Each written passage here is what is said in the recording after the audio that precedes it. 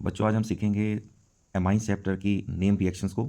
इसमें टोटल आपकी 5 chemical reaction आज मैं समझाऊंगा।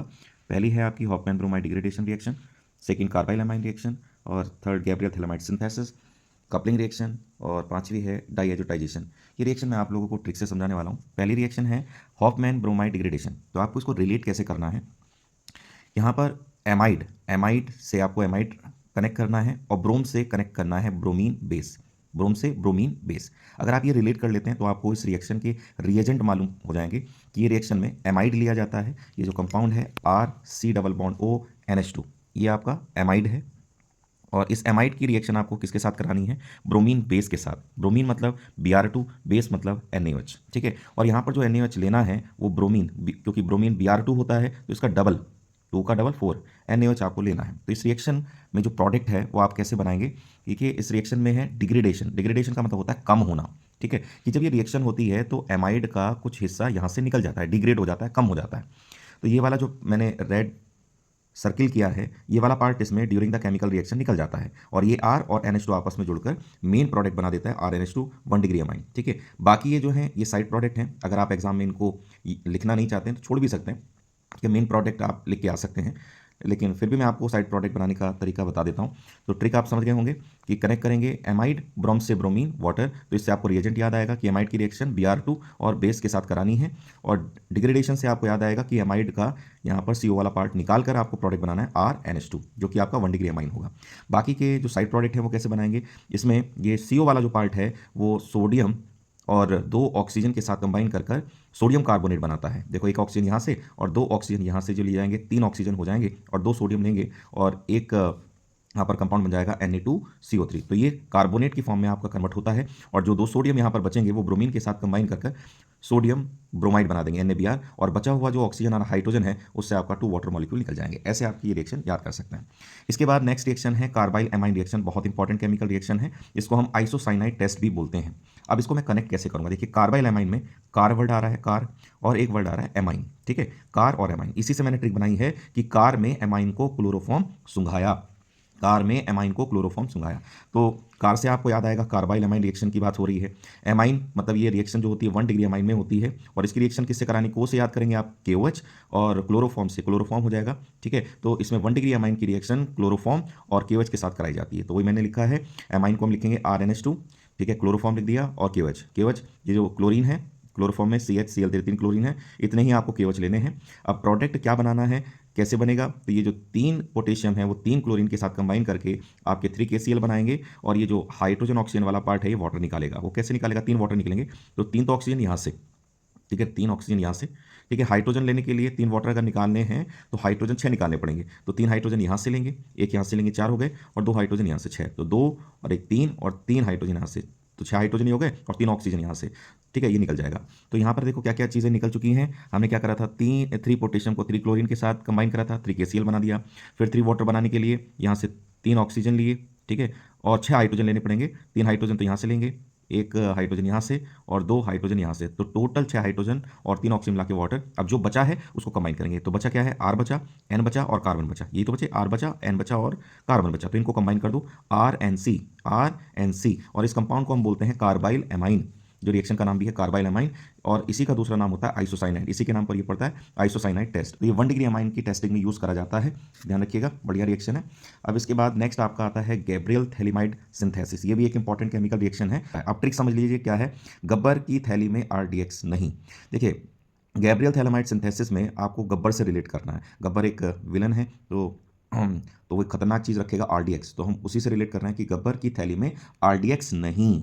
ठीक है, तो गब्बर से आपको याद आएगा गैब्रियल रिएक्शन को, की मतलब KOH, थैली मतलब थैलिमाइड, और RDX से रिलेट कर लेना RX। RX होता है एल्काइल हैलाइड, RDX से याद कर लेना RX, नहीं से आपका NaOH। तो इसमें क्या होगा कि जो थैलामाइड है, ये देखो, ये बड़ा सा स्ट्रक्चर आप देख रहे हैं, ये थैलामाइड का है। ठीक है, ये यहाँ से भी आपको आप कनेक्ट कर सकते हो। तो थैलेमाइड की रिएक्शन पहले हम कराते हैं KOH के साथ, बेस के साथ होगी। तो यहाँ पर होता ये है कि थैलेमाइड का जो हाइड्रोजन है, ये हाइड्रोजन ये आपका बेस के KOH के साथ कंबाइन करके वाटर बना देता है, और K जो है वो नाइट्रोजन के साथ जुड़कर ये प्रोडक्ट बना देता है। तो जो साइड प्रोडक्ट है, जो साइड प्रोडक्ट वाटर है, उसे लिखने की जरूरत नहीं है आपको, मेन प्रोडक्ट लिख दीजिए कि H और OH ने वाटर निकाल दिया और K किसके साथ जुड़ गया, नाइट्रोजन के साथ जुड़ गया, तो ये कंपाउंड बन जाएगा। फिर इसकी रिएक्शन किससे करानी है, नेक्स्ट इन दोनों की रिएक्शन हो गई, फिर आप RX की रिएक्शन कराएंगे। तो इसमें क्या होगा कि जो पोटेशियम वाला पार्ट है, ये वाला पार्ट, और X वाला जो पार्ट है, ये कंबाइन करके KX निकाल देंगे, और ये जो R वाला पार्ट है ये नाइट्रोजन के साथ जुड़ जाएगा, और जुड़ने के बाद आपका ये कंपाउंड बन जाएगा। फिर किसके साथ रिएक्शन करानी है, NaOH के साथ। जैसे ही कंपाउंड बनेगा फिर इसकी रिएक्शन करानी है NaOH के साथ। तो NaOH क्या करता है, ये जो नाइट्रोजन और कार्बन के जो बॉन्ड हैं इनको ब्रेक कर देता है। अब इसको तोड़ना कैसे है, ठीक है, ये जो मैंने रेड लाइन दिखाई है, तो इस रेड लाइन के नाइट्रोजन साइड तो NaOH का H रखना है, NaOH है ना, NaOH, तो हाइड्रोजन नाइट्रोजन की तरफ रखना है, और ONA वाला पार्ट आपको कार्बन की तरफ रखना है। ऐसे ये वाला बॉन्ड तोड़ेंगे, हाइड्रोजन वाला पार्ट नाइट्रोजन की तरफ और ONA वाला पार्ट CO की तरफ रखना है, ठीक है। अब क्या होगा, Rn, और ये दो हाइड्रोजन जो हैं वो नाइट्रोजन से जुड़ेंगे तो कंपाउंड बनेगा RnH2 1 डिग्री अमाइन, और ये ONA वाला पार्ट इस कार्बन के साथ जुड़ेगा, ऐसे ही आपका ONA वाला पार्ट कार्बन के तो जुड़ेगा। तो ध्यान रखना है, जब आप प्रोडक्ट बनाएंगे तो पहले ऑक्सीजन लिखना है फिर Na लिखना है, तो कंपाउंड बनेगा ONA, पहले ऑक्सीजन लिखना है फिर Na लिखना है, ठीक है। इस तरह से आपका 1 डिग्री अमाइन का प्रिपरेशन हो जाएगा। अब इसके बाद नेक्स्ट रिएक्शन है आपकी कपलिंग रिएक्शंस। देखिए कपलिंग रिएक्शन को आपको कैसे याद करना है कि हम दो कंपाउंड को कपल कर रहे हैं, आपस में जोड़ रहे हैं, दो कंपाउंड को हम आपस में जोड़ रहे हैं, तो हम जो जोड़ेंगे दो कंपाउंड को वो एरोमेटिक कंपाउंड्स होंगे, मतलब बेंजीन वाले कंपाउंड होंगे। तो इनको आपको ऐसे याद करना है कि एक तो डाइजोनियम सॉल्ट लेना है और एक फिनॉल, इनको हम कपल करेंगे, डाइजोनियम सॉल्ट और फिनॉल, या फिर डाइजोनियम सॉल्ट या एनिलीन, ठीक है। तो ये दो कंपाउंड का पेयर लेकर इनको हम कपल करते हैं, ठीक है। इसके लिए मैं कोई ट्रिक नहीं बता रहा हूँ, ठीक है, बस इसमें याद रखना कि दो कंपाउंड्स को कपल किया जाता है, या तो डाइजोनियम सॉल्ट और फिनॉल को, या फिर डाइजोनियम सॉल्ट और एनिलीन को। तो डाइजोनियम सॉल्ट को हम ऐसे रिप्रेजेंट करते हैं, इसका दूसरा नाम बेंजीन डाइजोनियम क्लोराइड भी होता है, ठीक है। इसका स्ट्रक्चर हो गया। फिनॉल को हमने इस तरह से लिख लिया।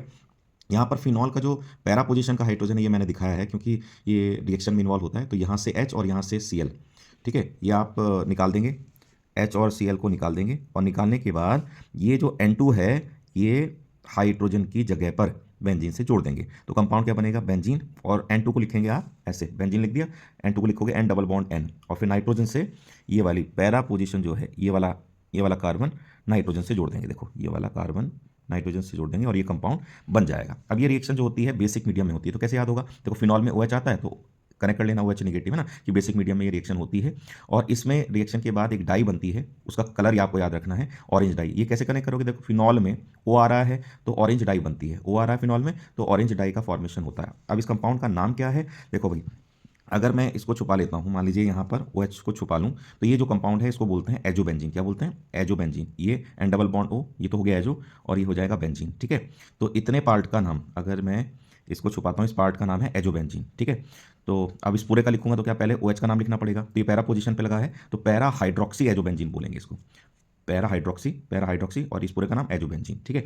अब अगर हम कराते हैं एनिलीन के साथ रिएक्शन, बिल्कुल इसी तरह से करानी है, डाइजोनियम सॉल्ट ले लिया और एनिलीन, तो आपको करना ये है कि पैरा पोजीशन का जो हाइड्रोजन है एनिलीन का, ये क्लोरीन के साथ बाहर निकाल देना है, और इस वाले पार्ट को आपको एनिलीन के साथ जोड़ देना है। कैसे, बेंजीन और N2, और इस N2 को ये जो पोजीशन है एनिलीन की पैरा पोजीशन, इस कार्बन से बॉन्ड बनाते हुए जोड़ देना है। देखो पहले बेंजीन, ये वाली बेंजीन ये हो गई, ये जो N2 है इसको ऐसे लिख दिया N डबल बॉन्ड N, और यही जो नाइट्रोजन है इसको हमने इसके साथ, इस वाले जहाँ पर हाइड्रोजन लगा था उसके साथ बॉन्ड बनाकर ये कंपाउंड बना दिया। और इसमें कैसी डाई बनती है, येलो डाई, और ये एसिडिक मीडियम में होती है, ठीक है, वो ध्यान रखना। वो आपका बेसिक मीडियम में, ये एसिडिक मीडियम में होती है, उसमें ऑरेंज डाई है ना, और इसमें येलो डाई का फॉर्मेशन होता है, और इस कंपाउंड का नाम होता है पैरा एमाइनो एजोबेंजीन, ठीक है।